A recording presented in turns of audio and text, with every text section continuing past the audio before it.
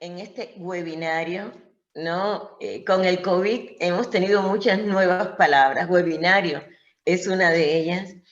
Pero yo quisiera, en primer lugar, en nombre de los compañeros de nuestra embajada y del pueblo cubano, agradecerte, agradecer a Anne, agradecer a todos los miembros de la coordinadora por esta solidaridad de ustedes, por trabajar tanto en esta sociedad para demostrar los efectos del bloqueo, para trabajar por el levantamiento del bloqueo, lo que quiere decir también trabajar apoyando al pueblo de Cuba. Se hablaba de los efectos del bloqueo y mi compañero Juan Carlos, el compañero de la embajada, me llamaba la atención hacia un hecho, y es que, por ejemplo, el hecho de que Mariela Castro y de que la compañera Maru no pudieran participar directamente en el escenario es producto del bloqueo, porque Cuba no tiene acceso a la plataforma Zoom que está hospedada en los Estados Unidos.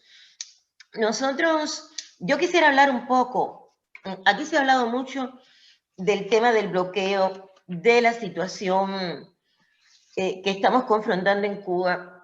Yo quisiera, para hablar de la situación, tomar las palabras de nuestro presidente, Miguel Díaz-Canel, en la sesión de la Asamblea General Nacional del Poder Popular, y permítanme citarlos, porque a partir de ahí a nosotros nos parece que podemos entender más incluso el efecto del bloqueo.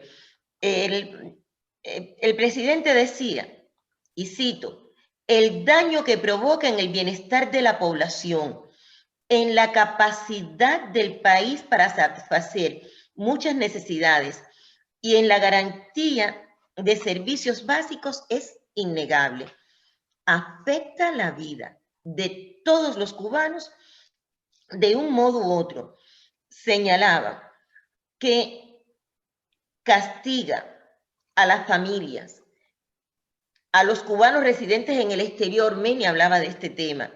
Viola los derechos humanos, dificulta la comunicación, los viajes, las visas y la reunificación familiar.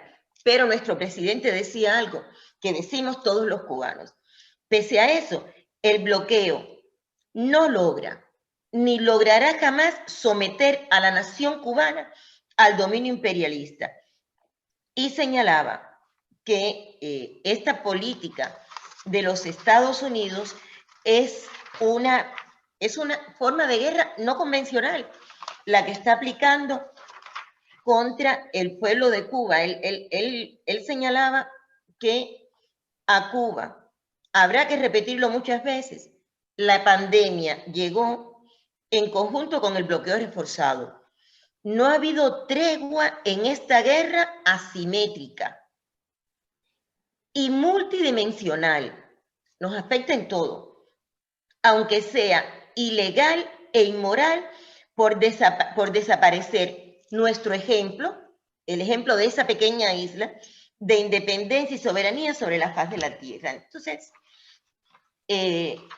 como se ha señalado, son muchos los ejemplos que pudiéramos poner, y pudiéramos hablar mucho de los efectos del bloqueo, pero yo pienso, me quiero concentrar en la situación de Cuba, y quisiera sobre todo tocar un aspecto del que se habla mucho en estos momentos y tiene que ver con lo que nosotros llamamos la tarea ordenamiento, que es la tarea ordenamiento de nuestra economía.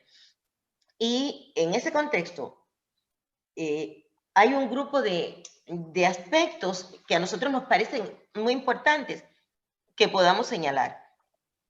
Y tiene que ver con que este ordenamiento monetario en Cuba incluye la unificación monetaria. Hay muchas preguntas sobre este tema, pero incluye la unificación monetaria, la unificación cambiaria, la eliminación de los subsidios excesivos y de las gratuidades indebidas, y la transformación de los ingresos. Digamos, el accionar que estamos haciendo, esta política de ordenamiento monetario, tiene un carácter multidimensionario y transversal, y lo tenemos que hacer en estos momentos en medio de la complejidad que está atravesando el país, porque nosotros tenemos claro que no resultará posible avanzar en las restantes transformaciones de la economía si nosotros no ordenamos el país monetariamente. Esto es una prioridad que tenemos que enfrentar. Y desde el punto de vista económico, este es un proceso que una vez iniciado, nosotros no podemos revertir. Claro que tenemos conciencia que tendremos que ir tomando medidas y ajustando las desviaciones que se produzcan en su implementación. Nosotros tenemos claro que cuando nosotros hagamos esta tarea de ordenamiento, se van a destrabar muchos temas que tenemos pendientes en la economía cubana. Algo fundamental, y es que las conquistas de la revolución se seguirán preservando. La salud, la educación seguirán siendo gratuitas y nunca quedarán, desprotegidos los sectores más vulnerables de la población. Nosotros tenemos conciencia en Cuba que este proceso de unificación monetaria y cambiaria no es una solución mágica a los problemas financieros y económicos que tiene el país. Nosotros los consideramos como un punto de partida para la mejoría económica del país. Y claro está que nos proponemos que esta unificación monetaria y cambiaria conlleve a una elevación de la productividad del trabajo y a que haya un mayor desempeño de nuestras fuerzas productivas.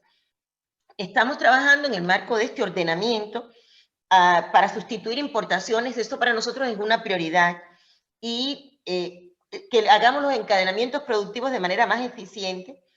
Y para esto es un reto, ciertamente es un reto, pero es un reto que nosotros enfrentamos con la unidad de todo el pueblo. Y yo quería decir que si vamos a hablar de la situación actual de Cuba, hay un factor que caracteriza a la Cuba de estos momentos, y es que se mantiene la estabilidad política del país.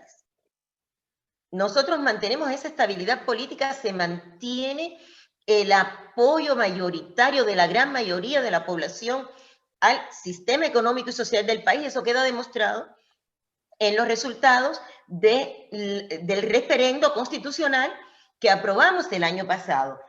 Y lo estamos haciendo en medio del recrudecimiento de la política agresiva de los Estados Unidos, que se manifiesta no solo en el bloqueo económico y social, en el bloqueo económico, comercial y financiero, se manifiesta en el incremento del discurso de odio, se manifiesta en la agresividad total. Eso es lo que llevó, por ejemplo, ese discurso de odio a que a finales de abril un cubano fuese con un fusil de asalto y disparara 32 disparos contra la sede de nuestra embajada en Washington, porque además ha sido una característica permanente de la administración Trump fomentar este discurso de odio. No olvidemos que la administración Trump, el 16 de junio de 2017, se reunió con los cubanos en Miami y les ofreció Cuba. Les dijo, les voy a entregar a Cuba. Y esa es la política que ha caracterizado ese incremento de la agresividad, que también en términos de bloqueo se manifiesta en un incremento de la extraterritorialidad del bloqueo, que afecta a personas naturales y jurídicas europeas. No olvidemos, por ejemplo, que al aplicar los títulos 3 y 4 de la Helms-Burton, se han presentado procesos judiciales contra compañías europeas. Este es el caso de la Pernod Ricard, es el caso de Iberostar, de la cadena Sol Meliá, y por tanto también afecta directamente a los europeos. Se dice, nosotros hubo, bueno, nuevas elecciones en los Estados Unidos.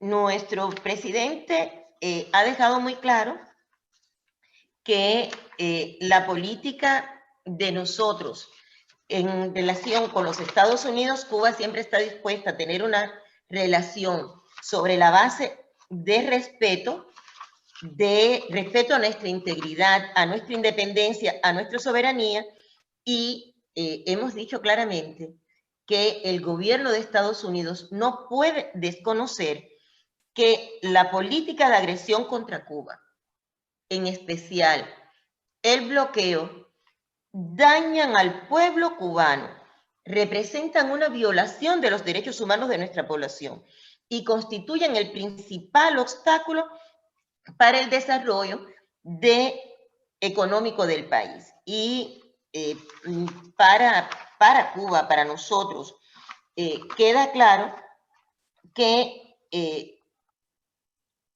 el pueblo estadounidense en sus elecciones ha optado por un nuevo rumbo, como dijo el presidente Miguel Díaz-Canel en su tuit. Nosotros creemos en la posibilidad de una relación bilateral, constructiva y respetuosa de las diferencias que nosotros tenemos. Yo me detengo, yo quería solo señalar también un elemento, hablando del bloqueo, y lo decía en el video de War on Cuba, el impacto tan negativo que el bloqueo ha tenido también en lo que en Cuba llamamos cuentapropistas, pero son los pequeños y medianos empresarios. Y el efecto que tiene tan devastador en las relaciones de la familia. Y la política agresiva de Estados Unidos también ha tenido ese efecto. Por tanto, Cuba siempre lo ha dicho, lo dijo Fidel, lo dijo Raúl, lo han dicho todos nuestros dirigentes, ahora lo dice Díaz-Canel.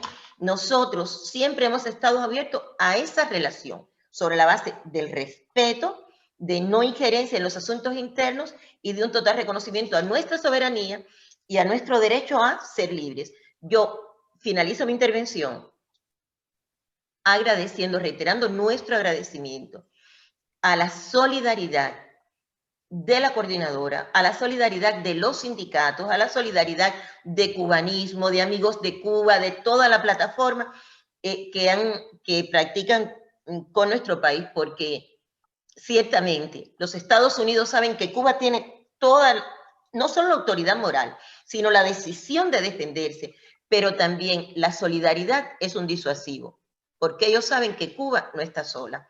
Muchas gracias, merci beaucoup, danke well.